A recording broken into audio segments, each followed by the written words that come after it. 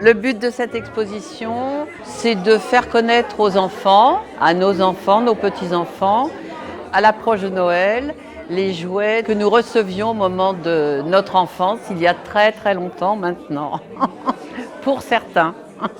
Nous avons pour beaucoup apporté beaucoup de nos jouets anciens, fouillés dans nos caves et nos greniers.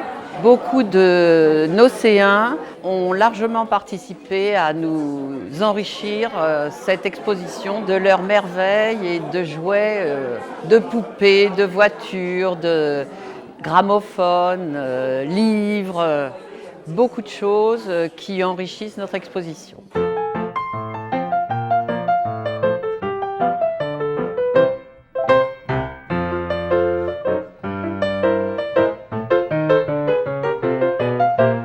Celle-là, elle doit dater de 1870-1880. Cette poupée, en fait, je l'aime beaucoup parce que déjà, c'est une poupée française. Et c'est important que les Françaises aient été à un moment au top des jouets. Cette poupée a une tête porcelaine. Et l'intérêt qu'elle a, c'est d'avoir tous ses vêtements d'origine. Ça a été naturel quelque part de dire c'est une poupée dont je profite, mais j'aimerais bien aussi que d'autres personnes apprécient.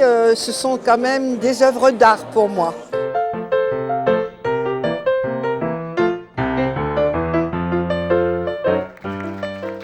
J'ai vu des voitures à collectionner, des avions,